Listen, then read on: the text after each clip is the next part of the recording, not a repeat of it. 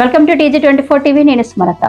ఎందరో ప్రాణత్యాగాలు చేసి సాధించుకున్న కార్మిక సంక్షేమ చట్టాలను కాలరాస్తూ కేంద్ర ప్రభుత్వం కార్పొరేట్ సంస్థలకు దోచిపెట్టే విధంగా సంస్కరణలు చేస్తుందని సిపిఎం జిల్లా నాయకులు గుడిగంటి మోహన్ అన్నారు.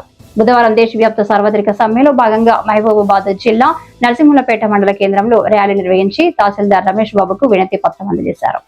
అనంతరం ఆయన మాట్లాడుతూ ఎన్నో పోరాటాలు చేసి సాధించుకున్న 44 కార్మిక చట్టాలను సవరించి 4 కోట్లుగా కుదించారని విమర్శించారు.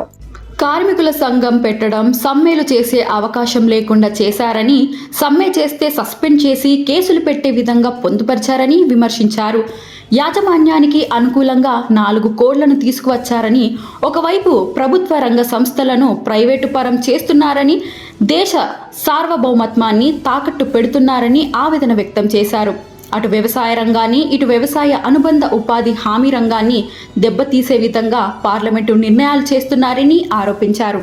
రాష్ట్ర ప్రభుత్వాల అరాచక విధానాలను వ్యతిరేకంగా పోరాడి కార్మిక చట్టాలను రక్షించుకోవాలని, కార్మికులందరూ సంఘటితంగా పోరాడాలని కోరారు. ఈ కార్యక్రమంలో కుల వివక్ష పోరాట సమితి జిల్లా సహాయ కార్యదర్శి మందుల యాకూబ్, గిరిజన సంఘం జిల్లా కార్యదర్శి హరినాయక్, రైతు కూలీ సంఘం నాయకులు ఎనగండ్ల సోమిరెడ్డి, భవన నిర్మాణ కార్మికులు, అంగన్వాడీ టీచర్లు, ఆశా వర్కర్లు తదితరులు ఉన్నారు. అమాలి, గ్రామ పంచాయతీ ఉద్యోగులు, ఇతర కార్మిక వర్గం, సామాజిక సంఘాలు, రైతు సంఘం, KVPS, మిగతా సంఘాలందరికీ, గిరిజన సంఘం, ఈ సంఘాల అన్ని ఆధ్వర్యం లోపల మండల కేంద్రంలో సార్వత్రిక సమ్మె చేస్తూ ఉన్నాం.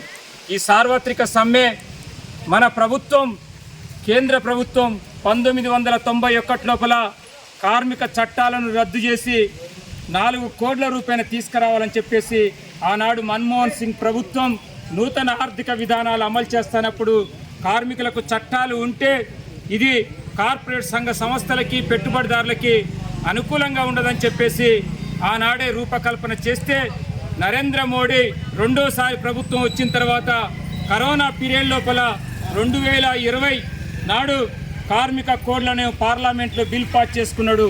దాని వలన ఈనాడు మొత్తం కార్మిక చట్టాలు రద్దు కాబోతా ఉన్నాయి. తిరిగి కార్మిక చట్టాలను నిలబెట్టుకునేటట్టుగా మనం అందరం రోడ్డు మీదకి రావాల్సినటువంటి అవసరం వచ్చింది. కాబట్టి ఈనాడు మన మీద చాలా బాధ్యత ఉంది. మన హక్కును కోల్పోతా ఉన్నాం. మనం ఈనాడు సాధించుకున్నటువంటి చట్టాలను 139 సంవత్సరాల క్రితమే 8 గంటల పని దినం తెచ్చుకున్నాం, సమ్మె చేసే హక్కును తెచ్చుకున్నాం, సంఘం పెట్టి హక్కును తెచ్చుకున్నాం. మనం పోరాడే హక్కు ఆనాడే వచ్చింది. ఆనాటి నుంచి మనం అనేక బెనిఫిట్స్ను కార్మిక సంఘాల నాయకత్వాన్ని సాధించుకున్నాం.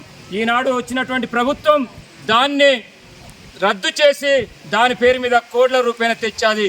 ఆ కోట్ల కారణంగా మనం ఇవాళ చేస్తున్న 8 గంటల్ని 12 గంటలు 10 గంటలు పని చేయాలని చెప్పేసి, ఆ పనికి తగినటువంటి ఫలితం ఇవ్వకుండా కనీస వేతనం ఇవ్వాలని చెప్పేసి సుప్రీంకోర్టు చెప్పిన 26,000ను అమలు చేయకుండా కేవలం 10,000, 13,000 వేతనం ఇస్తూ మనను పెట్టి చేయిస్తూ ఉంది.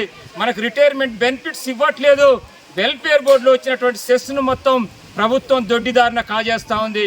కాబట్టి మనం కార్మిక చట్టాలని కాపాడుకోవాలి. ఈ ప్రభుత్వాన్ని గద్దె దించేంత వరకు కార్మిక వర్గం సబ్బండ వర్గాలను కలుపుకొని కార్మికులు, కర్షకులు, రైతులు అందరినీ గ్రామీణ ప్రాంతాల్లో క్షేత్రస్థాయిలో ఉన్నటువంటి సామాజిక సంఘాలన్నింటినీ కలుపుకొని భవిష్యత్తు లోపల ఈ ప్రభుత్వం మీద సమరం చేయాల్సినటువంటి అవసరం ఉంది.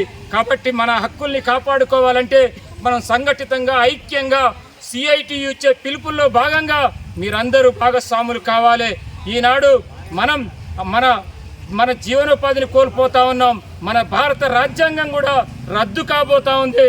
నిన్న చెప్పినటువంటి RSS జాతీయ ప్రధాన కార్యదర్శి దత్తాత్రేయ గారు అన్నారు, ఏంటంటే భారతదేశంలో ఉన్నటువంటి లౌకికవాదం రద్దు కావాలి, సోషలిజం అనేది తీసేయాలి, సెక్యులరిజాన్ని తీసేస్తే తప్ప భారతదేశం లోపల ఇట్లాంటి హక్కులు, చట్టాలు ఉంటే మన దోపిడీ యథేచ్ఛగా సాగదు. కార్పొరేట్ రంగానికి మనం ఇది కట్టబెట్టడానికి వీలు కావట్లేదు. కాబట్టి ఇవన్నీ రద్దు కావాలంటే భారత రాజ్యాంగంలో సమూల మార్పులు తీసుకురావాలి. మనువాద చట్టాన్ని తీసుకొచ్చి ఈ హక్కుల్ని కాలరాస్తే తప్ప మనం దీన్ని కాజేయలేమని చెప్పేసి చెప్తున్నటువంటి ప్రభుత్వం ఇప్పటికే రైతులకు నల్ల చట్టాలు తెస్తే రైతులు పోరాడి నల్ల చట్టాలను వెనక్కి కొట్టగలిగినరు. కాబట్టి వారందరినీ ఇవాళ రైతుల పోరాటమే మనకు ఒక రకమైనటువంటి దిక్సూచిగా ఉంది. ఇప్పుడే మన మేధావి వర్గం రిటైర్డ్ ఉద్యోగుల సంఘం వాళ్ళు వచ్చారు, వారిని కూడా సాధారణంగా రమ్మని కోరుతా ఉన్నాం. వారు కూడా అనేక సమరశీల పోరాటాలు చేస్తూ ఉన్నారు. వారికి ఇచ్చేటువంటి పెన్షన్ గ్రాడ్యుయేటీని కూడా ప్రభుత్వం ఇవ్వకుండా, రిటైర్ అయిన వాళ్ళకి కూడా ఎలాంటి పిఎఫ్లు ఇవ్వకుండా ప్రభుత్వం కాల రాస్తూ ఉంది. ఇప్పటికే రాష్ట్ర ప్రభుత్వం 282 జీవోని తీసుకొచ్చి మన పని గంటల్ని పెంచింది. ఇప్పటి నుండి మనం అందరం 10 గంటలు 12 గంటలు పని చేయాల్సి వస్తుంది. మనందరినీ ప్రభుత్వం చెప్పినటువంటి 6 గ్యారెంటీ లోపల అవుట్సోర్సింగ్ కాంట్రాక్టర్ ఉద్యోగులందరినీ రెగ్యులర్ చేస్తామన్నది. కానీ ఈ ప్రభుత్వం రెగ్యులర్ చేయకుండా మనల్ని మోసం చేస్తూ ఉంది. ఈనాడు బీజేపీ ప్రభుత్వం అయినా కాంగ్రెస్ ప్రభుత్వం అయినా ఒకే తాను గుడ్డలాగా వ్యవహరిస్తూ ఉన్నాయి. కార్మికులకు వ్యతిరేకంగా, ప్రజలకు వ్యతిరేకంగా చట్టాలు చేస్తూ ఉంది. కాబట్టి ఇట్లాంటి విధానాల్ని ఎండగట్టాల్సినటువంటి అవసరం ఉంది. కాబట్టి ఇప్పటికే మన రాష్ట్రంలో రేవంత్ రెడ్డి ప్రభుత్వం కూడా 282 జీవోను మొన్ననే అసెంబ్లీ లోపల పాస్ చేసుకొని అమలు చేస్తూ ఉండు. కర్ణాటకలో కాంగ్రెస్ ప్రభుత్వం ఉంది, జమ్మూ కాశ్మీర్లో నేషనల్ కాన్ఫరెన్స్ ప్రభుత్వం ఉంది, గుజరాత్లో బీజేపీ ప్రభుత్వం ఉంది. ఏ ప్రభుత్వం అయినా కార్మిక చట్టాలని రద్దు చేస్తూ ఉంది, కార్మిక కోడ్లను అమలు చేస్తూ ఉంది. కాబట్టి మనం అందరం భవిష్యత్తు లోపల అన్ని వర్గాల ప్రజల్ని కలుపుకొని మనం పోరాటాలకి ముందుకు పోవాల్సిందిగా కోరుతూ ఇప్పుడు గిరిజన సంఘం జిల్లా కార్యదర్శి హరినాయక్ గారిని మాట్లాడాల్సిందిగా కోరుతా ఉన్నాం. Hi, నేను మీ Satyasri. Please do subscribe TG24 TV.